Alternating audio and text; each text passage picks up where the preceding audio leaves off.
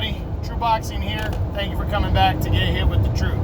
So today I'm going to be discussing my Best in Boxing series. I came out a couple months ago or last month, and I called it the number ones, but it's really to discuss the best in boxing, and I am going to separate it by discussing all the 12 divisions that I follow, which is super bantamweight, 122, all the way to heavyweight.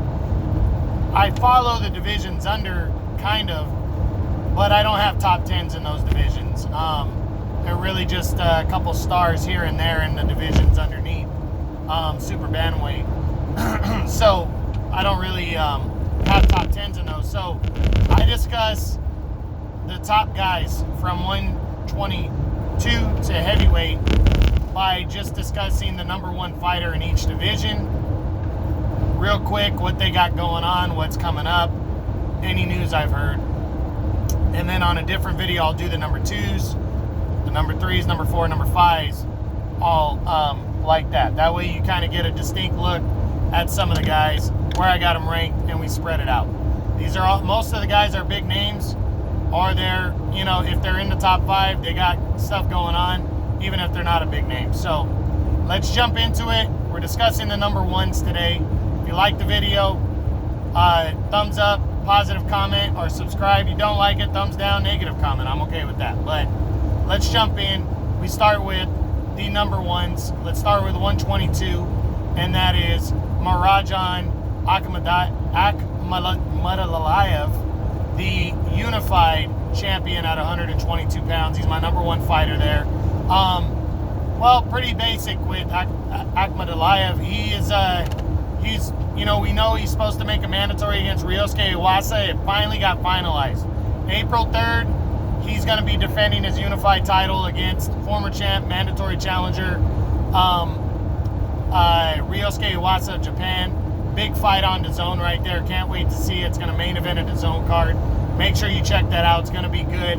I personally have Akhmadaliyev winning that fight by a decision, but I think Iwasa's a really good fighter. He's a top 5 guy. I got him number 4 at 122, and I really think he's a live underdog and can pull it out. So we'll see what happens. That's April 3rd on DAZN. Check it out.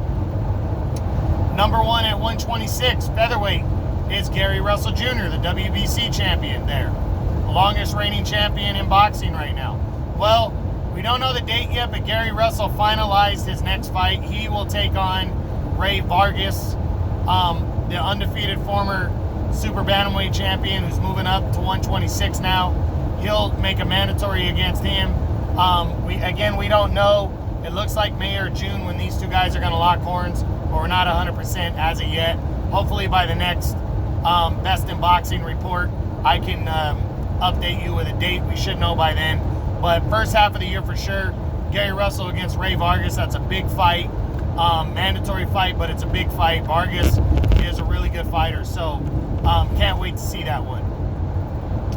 130. I got a new number 1 there. He is the undefeated and the newly crowned WBC super featherweight champ, Oscar Valdez.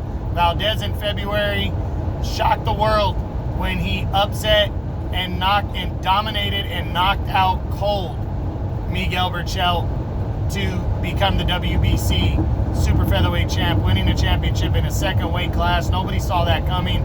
Eddie Reynoso did wonders with Valdez. That was a big, big win. Since then, he's called out Shakur Stevenson. He's not going to fight Stevenson next. Stevenson's probably going to fight for the vacant WBO title first, and Valdez will probably get an opponent in between. But I would expect end of this year, early next year, we're going to see Valdez and Stevenson attempt to unify belts, which would be huge. So don't sleep on Valdez possibly fighting Carl Frampton next either, as he's fighting Jamel Herring for the WBO title on April 3rd. So we'll see how it shakes out. But Valdez, major win, and I can't wait to see him back in the ring after that exciting performance. 135, number 1 is still the undefeated and undisputed lightweight champion of the world, Teofimo Lopez. Well, big news on Lopez. He'll return in May I don't think they made the date official yet, but it will be on Triller pay-per-view, and he will make a mandatory defense against undefeated Australian George Kambosos Jr. It was a surprise that Teofimo got swooped up by Triller pay-per-view. They way overpaid for this fight, $6 million, but Teofimo's getting paid. He's getting paid a big purse. There's a lot of problems with Top Rank right now, his promotion, so Teofimo might not be fighting on ESPN, maybe again, or after this year, so we'll see. But we're waiting on the date to be confirmed. We should know by the next Best in Boxing report when Teofimo and George Kambosos are fighting. I think it's going to be in May, could fall to June, but I think more likely May. So we'll see. 140, number one there is the undefeated unified champion Josh Taylor. Well, Josh Taylor got the big news. May 22nd, it has been finalized. He will attempt to become the undisputed junior welterweight champion of the world at 140 when he takes on the other undefeated unified champion, Jose Ramirez, from Avenal by Fresno, right here, about an hour and 15 minutes away from my house. Big fight, May 22nd on ESPN. Can't wait for that undisputed junior welterweight title. These guys are going to fight to become only the 6th ever undisputed champion in the 4-belt era of the last 30 years, or 25 to 30 years of the 4 major world titles being around that make up undisputed. So big time fight, May 22nd, ESPN. Josh Taylor and Jose Ramirez. Can't wait to see that. That's big. 147, number one fighter there is the undefeated unified champ, Errol Spence Jr. Well, Errol Spence came out and said that now that Yordenis Ugas has been upgraded to the super champion of the WBA, Errol Spence said it's belt season, strap season is what he called it. He is interested in unifying titles against Ugas. I think what he's going for is he's trying to lobby to get the bigger purse once him and Terrence Crawford are able to possibly fight. That could happen end of this year, early next year, as Crawford's contract with Top Rank is over with in October. So I think he's trying to position himself with more world titles to get the bigger purse. He's talking 70-30 to 80-20, which I think is crazy. I think 60-40 would be fair, but we'll see what happens. But could be Spence and Ugas. We don't know yet. Keep you posted. Hopefully we hear something by the next Best in Boxing report. Number one at 154 is the undefeated Jermell Charlo, the unified champion. He holds 3 of the 4 belts. Well, we don't know exactly, but it could be Charlo attempting to become an undisputed super welterweight champion in his next fight against the newly crowned and undefeated WBO champion, Brian Castano. Castano brought the 4th title, the WBO title, to the PBC. So now all 4 titles are owned by the PBC. Charlo has 3 of them. Castano has 1 of them. And we could see this fight next. The WBC has to approve of that because Charlo has a mandatory due, which would be a rematch against Erickson Lubin. But the WBC, being how corrupt they've been in the last couple of years, they might allow Charlo to fight Castano for undisputed later this year. So we'll see. Hopefully we hear something about that by the next report, which is in April.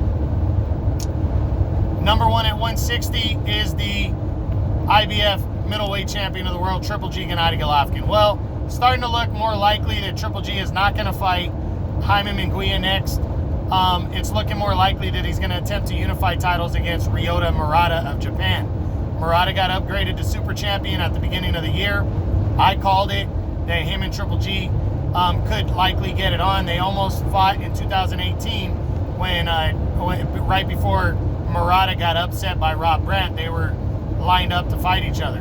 Well, now it's a unification bout. It would be big, and I really hope that this fight it goes down, because I want to see Triple G. If he's not going to fight Charlo, I want to see him fight Munguia or Murata, and Murata looks likely. So hopefully we get some confirmation of that fight happening by the next report in April. We'll see. 168, number one is the pound-for-pound king and the unified super middleweight champion of the world, Canelo Alvarez. Canelo returned at the end of February dominated his mandatory number 1 challenger, Avni Yildirim, 3rd round TKO. Easy work for him right there. And he's already announced his next fight. Saturday, May 8th, main event of a DAZN card. He will attempt to unify titles against the undefeated Billy Joe Saunders. Big fight right there for Canelo. Can't wait to see that. Big announcement. It's going to be a big day right there. Make sure you're paying attention, but big unification bout right there on his way to undisputed, which could be against Caleb Plant later in the year. In September, to become the undisputed super middleweight champion, which is huge, as Canelo is on his quest to become the first ever Mexican undisputed world champion. So we'll see. Number 1 at 175, light heavyweight for me, is the undefeated WBA super champion, Dimitri Bivol. Well, Bivol, it looks more likely now that him and Gilberto Ramirez are going to lock up later this year. Golden Boy locked up Ramirez, locked up his contract, so Ramirez is with Golden Boy now. Dimitri Bivol's with Matchroom. They both fight on DAZN. This looks like this fight's going to happen. They're talking about Bivol and Ramirez getting interim bouts in, and then later this year, them two locking up in a huge showdown.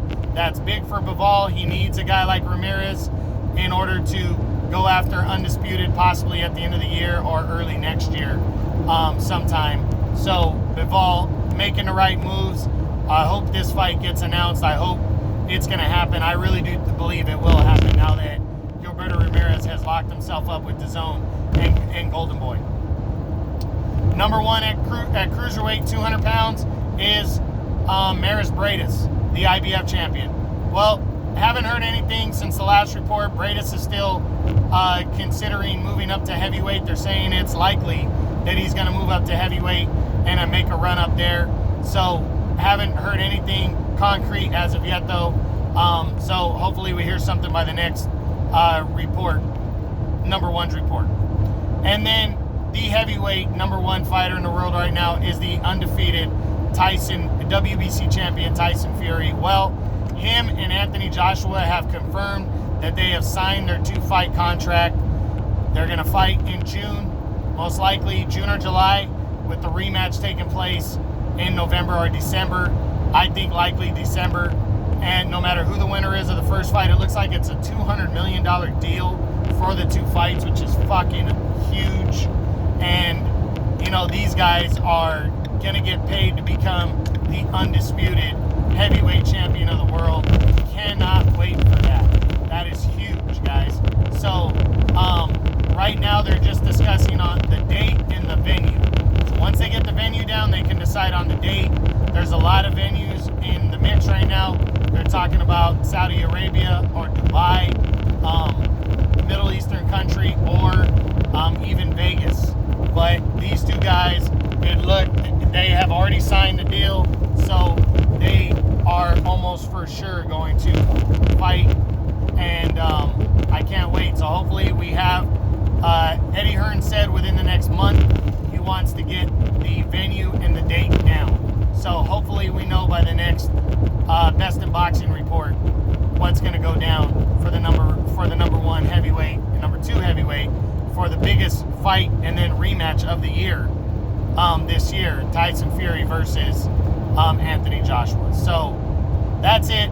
That's the Best in Boxing report on all the number 1 fighters from 122 to heavyweight. Hope you guys enjoyed it. True Boxing, you've been hit with the truth.